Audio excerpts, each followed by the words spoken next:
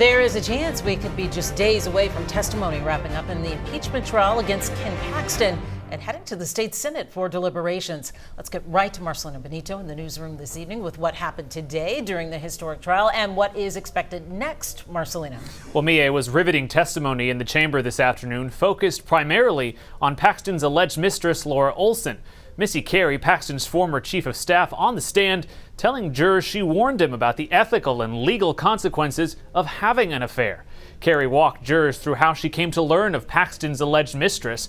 During the testimony, Paxton's wife, Senator Angela Paxton, was in the chambers just a few feet away.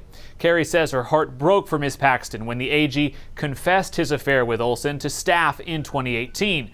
Cary testified staff grew uncomfortable when Paxton's wife would call the office wondering where her husband was. She says she believed Paxton ended the affair after that 2018 meeting, but a year later she learned it was still going on, and she took those concerns right to her boss, Ken Paxton.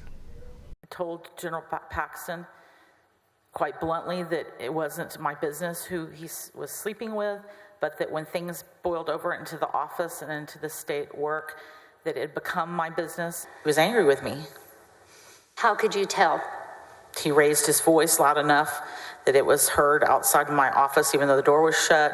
Imagine if we impeached everybody here in Austin that had an affair. We'd be impeaching for the next 100 years, wouldn't we? I don't think I should answer that question in this chamber. Fair, but rather the bribes he allegedly accepted from real estate developer and friend Nate Paul. Among those favors, it's alleged Paul hired the woman Paxton was having an affair with.